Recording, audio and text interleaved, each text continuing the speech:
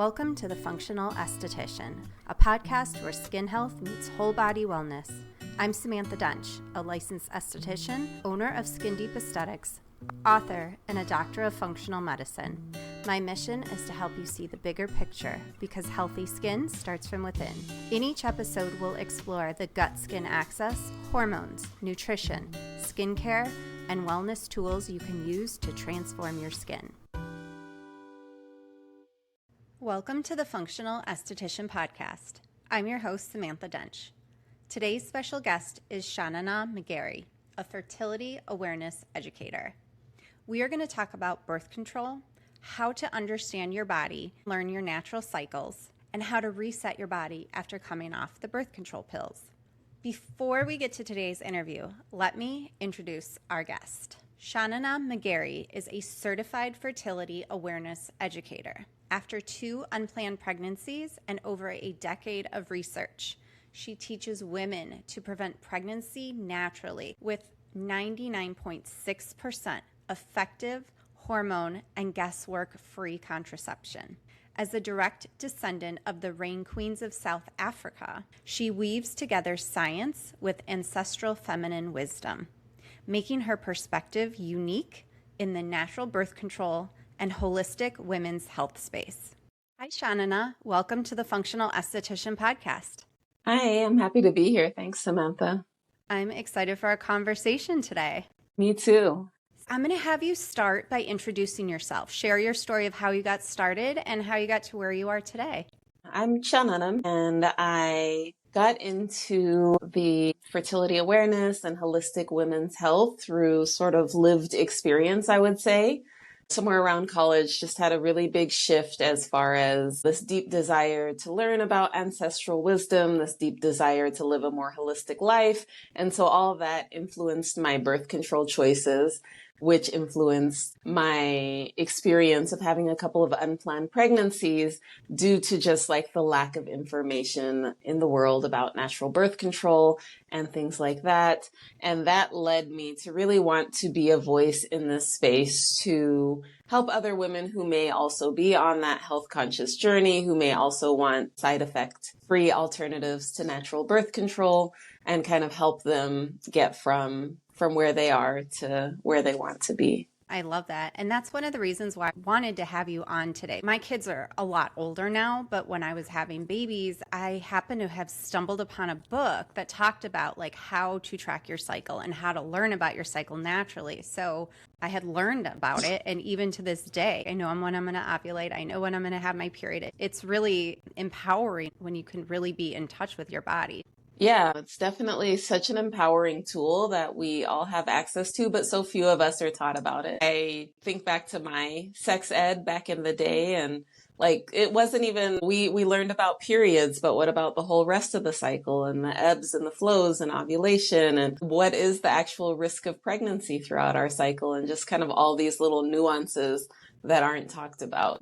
I want to ask you a question. Why does like the medical industry make it seem like if you don't take birth control, you're going to get pregnant? You know, there's a lot of layers to that conversation for Right. sure. The birth control, like hormonal birth control, is pretty much positioned as the gold standard birth control, like the responsible choice that if you don't want to get pregnant, this is what you should do. And I'm a big advocate of informed consent. And also just knowledge empowering people, right? So first of all, there's a lack of quality education within the fields of gynecology, so that when we go to, a gynecologist or someone that we feel we should be able to trust to provide us with birth control options, a lot of times the information just isn't there because statistically It's less than 4% of medical professionals that actually learn in depth the fertility awareness method, how natural birth control is actually highly effective. It has been researched. It has been used for decades successfully by so many women.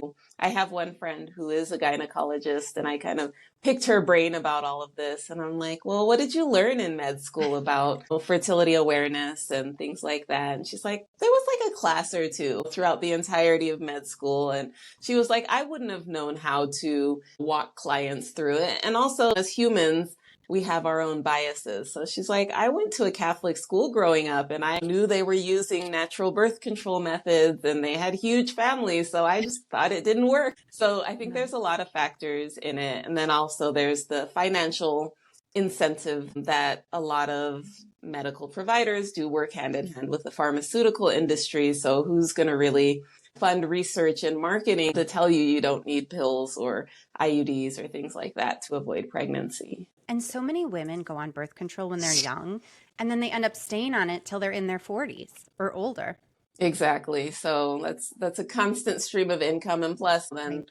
oftentimes people transition over to like the HRTs and things like that. So it's a really profitable system that they've set up.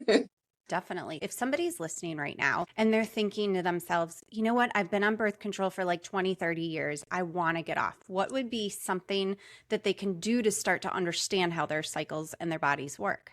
Yeah, so there's definitely a process that your body is likely going to go through of essentially detoxing from the hormonal contraception. That's kind of the first thing to keep in mind is just be compassionate, be patient with your body in resetting, recalibrating. Some people go right back to cycling right away after discontinuing the pill. Some people, it takes a little bit of time. Some people, it's not linear. Like it might come back for a while and then get a little bit wonky. So it's kind of keeping that in mind. That's important.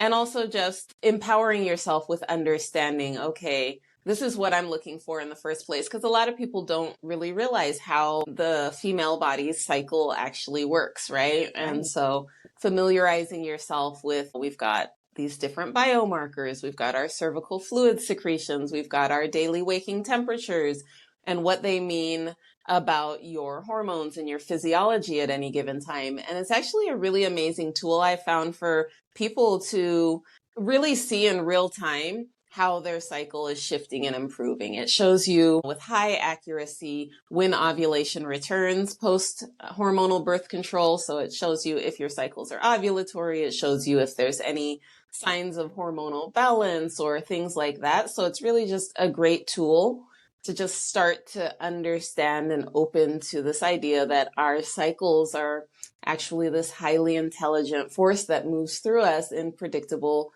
ways and patterns every single cycle, every single month, for the most part. I love how you explain it because you make it seem like it's this beautiful thing. And most women are like, oh, here's my period again. So instead of like hating it, we should actually embrace it and learn to love it. Yeah, there's a lot of space for just reframing our periods because so many of us are taught that it's the curse and things like that. And we're taught that pain is normal. But that's why I like to tie in ancient wisdom practices, because what we see is you go to the doctor and if you're having like period pain, they'll be like, oh, it's normal as long as you can make it go away with like an Advil or whatever. But at the end of the day, our periods weren't designed to be painful. So pain-free periods, symptom-free periods are absolutely a possibility. And learning to really engage with your body in new ways can start to help get you there. Let's dig into that ancient wisdom because now you've got me curious.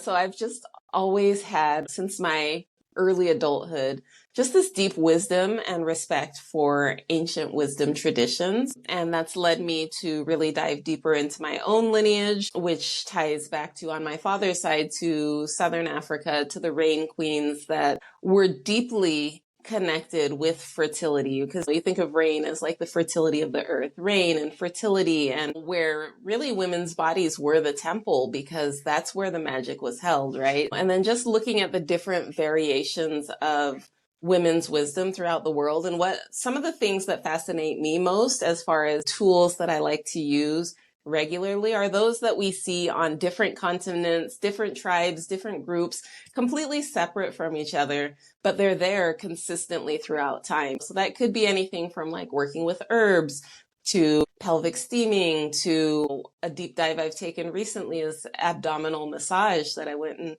studied last summer in the Kalahari with the elder Bushman there. How do we work with the womb in a physical way to help optimize our cycles, take away the period pains and balance hormones and balance, just kind of bring our bodies back to homeostasis.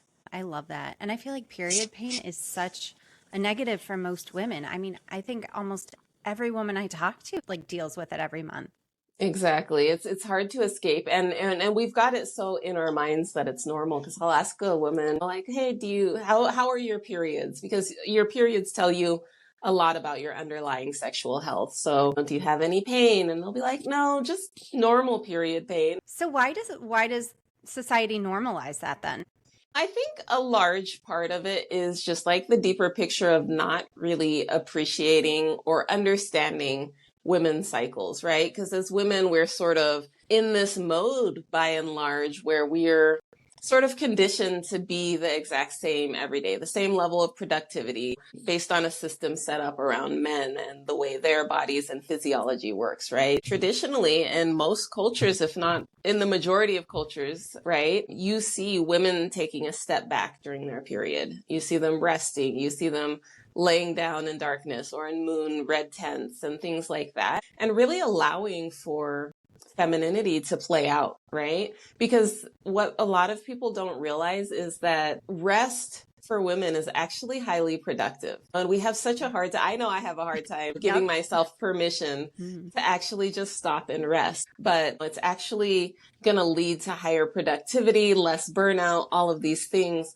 long term. It's really a big reframe to kind of think that way. And if you think of it in the sense of our body speaking to us through our symptoms, like what do our symptoms make us do? And how many women get these debilitating period cramps that make them what? Go lay down for a couple of days every cycle. So our body sometimes Forcing us. it's as simple as that. It's just giving you that push to lay down and rest during your cycle and give yourself that permission.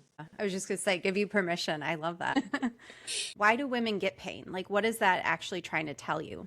I mean, pain in general is a sign of imbalance somewhere. And Right. the way I approach womb healing is it's not just necessarily physical imbalance. Sometimes it can be physical imbalance. Sometimes maybe your womb is out of alignment. It might be tilted one way or the other. There might be issues with endo or fibroids or different things like that. So sometimes it is physical, but oftentimes it's tying into our emotional and spiritual nature as women because there's so much emotion that's held in the womb. And in society, there's so much trauma that's happening to women in our womb. So oftentimes, exploring more deeply emotionally can help you get to the bottom of pain or imbalance. And also just acknowledging the womb and not just physical organ of your body, right? Because regardless of someone's spiritual outlooks, there's something kind of mysterious about the womb where souls, wherever you see them as coming from, are brought into the womb somehow, and then we birth those into the physical form. So there is that other kind of aspect of mystery that can come into play when it comes to healing and optimizing your sexual health. And you touched on a good point too, trauma, because I feel like a lot of women carry trauma in their bodies and they don't even realize it. Yeah, and it's beautiful when you start to learn how the body speaks through sort of symbolism, kind of like a dream. Maybe you're pouring energy into growing something that's not actually beneficial to you, like pouring energy into a dead end relationship or things like that. And you'll see growth starting to happen in your womb that kind of mirror some of these things. So it is really fascinating. And I want to shift gears a little bit because I've been doing functional medicine and I always try to talk to women about cycles. And a lot of women come to me because they've gone to their doctor. They're like, I know my hormones are off, but my labs are showing normal. So, can you talk about how you can pick up on this by paying attention to your own cycle? Yeah, it's actually a great tool to be able to have so that when you go in to see your professional, you already know by and large what's happening in your cycle. Our menstrual cycle has been dubbed the fifth vital sign by the American College of Obstetrics and Gynecologists. Like we're able to see things like thyroid health even before lab tests pick them up, hormonal imbalance and things like that. And we are able to do that by looking at the things that we learn from those two biomarkers, right? We are able to see if our follicular phase, which is that period of our cycle before ovulation happens. Oftentimes that could be really long and drawn out and full of estrogen-rich fluids, which are going to be more watery, more thick, or more copious. It looks different for every person. but we might see these long drawn out periods. If we see that cycle after cycle, you don't want to jump to any conclusions based on 1 month, one cycle, because we're humans and things shift and change constantly. But if you start to see patterns, so you start to see patterns of that, or you might start to see patterns of imbalance in your luteal phase, which is the period after your cycle. If you're having debilitating PMS, if you're having temperatures that don't quite stay high, indicating good progesterone balance, if you're having really short luteal phases. So there are all these little things that we can learn to look for that really give us a clear snapshot of what our hormonal health is actually doing, so that we can know both how to approach it when it comes to rebalancing things through functional medicine or whatever course you choose, or if you choose the DIY, or either way. But then our charts now become a barometer, because, okay, I see this is imbalanced. I want to fix it. I'm going to do whatever feels right to me to do as far as my healing path. And then I see it improving in real time. Even if the labs aren't showing it, I can see it. And I want to talk about temperature, because I don't think most women realize that by taking your temperature, you can tell where you are in your cycle. Yeah, it's a great clue. What temperature really is great at is confirming that ovulation has happened. So what happens is, in the beginning of our cycle, what we see is our bodies are more kind of estrogen rich, and estrogen has an effect of slightly lowering the temperature of our bodies, or just keeping it slightly cooler. But then once ovulation happens, what we see is the temperature goes up and kind of stays up for the rest of our cycle. And it really makes sense physiologically, because if we think of a chicken sitting on an egg, it wants to keep that egg slightly warmer so that it can grow and thrive and hatch and all of that. So the same with our bodies post ovulation, whether or not we've conceived, our body wants to keep slightly warmer to nurture a would-be potential pregnancy. So we'll see our bodies are slightly warmer, and that shift in that kind of 2 levels of temperatures is what gives us a good indication that ovulation has happened in any given cycle. And ovulation is so important. I feel like this is an underrated aspect, but ovulation matters even if you're not trying to get pregnant or have babies. We need, as humans, that balance in our hormones in order to be healthy. Because if you see cycles that are anovulatory, it's just estrogen, estrogen, estrogen the whole time. Well, estrogen has the effect of building things in the body. So often right now we're seeing so many things being built in the body, like endometriosis, fibroids, growths, polyps, all of these things, because of this overburdening of estrogen. But progesterone comes in to check that and give intelligence to the things that are built. So we really need balance, whether or not we're planning to conceive. So that's an important thing to be able to understand, is if you are ovulating. So what about women in perimenopause? I feel like a lot of women listening are in that perimenopausal state. If they're going through perimenopause, can they still track their temperature? Talk a little bit about what they can do during perimenopause to help manage their symptoms during that time. Yeah, perimenopause is actually a great time to start just kind of connecting in with what is happening in your body, because oftentimes you will start to see maybe short cycles or really long cycles, and it really help you get a better understanding of what's actually happening when you're seeing that on the chart, or on like your period coming every 2-3 weeks or every 2-3 months, or whatever the case may be. So it really helps you get a better handle. And it can even still be effectively used as birth control during the perimenopausal years, because what we're looking for is like your day-to-day signs of fertility, and really keeping a close eye on what's happening in your body. So it is definitely a great tool for perimenopause. And I don't think most women realize that they can track that and they can pay attention to really what's going on with their body. Yeah, definitely. It's something that's so empowering, because that whole transition, a lot of the women that I know are kind of right there too, and that I work with. And so it really is a great tool for empowerment for them. I have another question for you. So if a woman wants to come off birth control, like what's one of the first things that they should do? I would say the first thing you should do is just focus on rebalancing your body, detoxing from the birth control. So that might look like either going in and having your nutrients tested, because the hormonal birth control has been proven to lower certain nutrient levels in your body. So having just a general workup of that can be really helpful so that you know where to supplement, how to help start bringing yourself into balance in that way. And then also doing things like supporting your liver, because it really is a detox, and helping to really just rid your body of a lot of those excess hormones and things by liver support can be really helpful as well. And just anything that really activates your detox pathway. So sweating, moving your body, all of those things, and or just really trying to nourish your body as much as possible through diet, through lifestyle, things like that, to really just help you come back to your health baseline.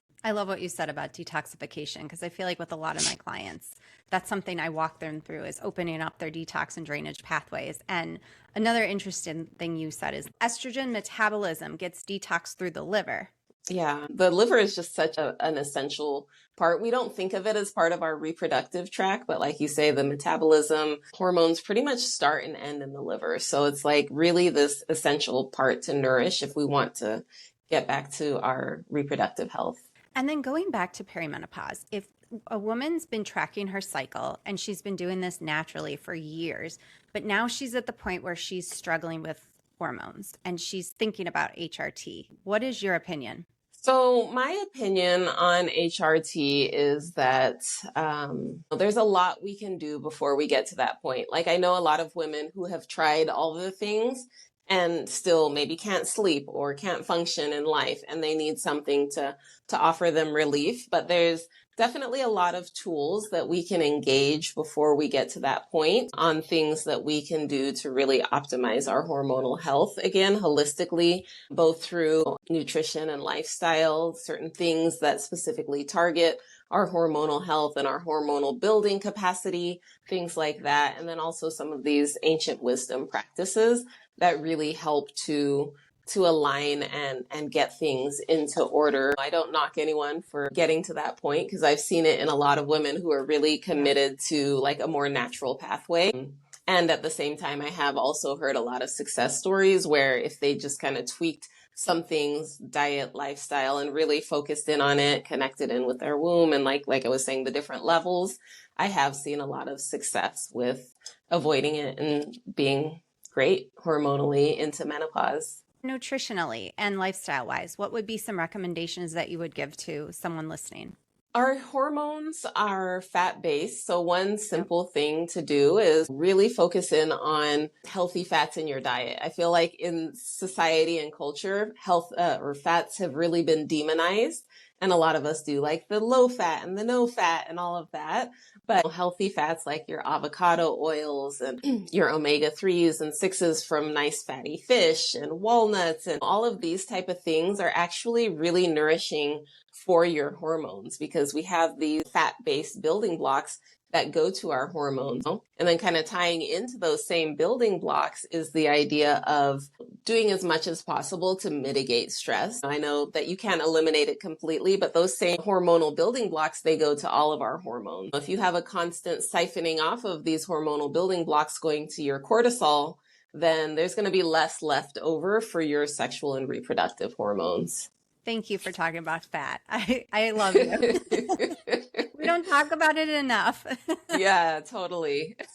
It's funny because I don't do it every night, but most nights I will eat like a little tablespoon of brown butter before I go to bed, and it actually helps me sleep better. Yeah, I have a friend who's on the menopause journey right now, and she's been doing the butter and high fat meats, and she said it's really helping her with her sleep and symptoms. It really makes a difference. And I have clients that come to me and they're like, what about your cholesterol? I'm like, we need cholesterol for our hormones. We can't produce hormones if we don't have enough cholesterol. It's a myth.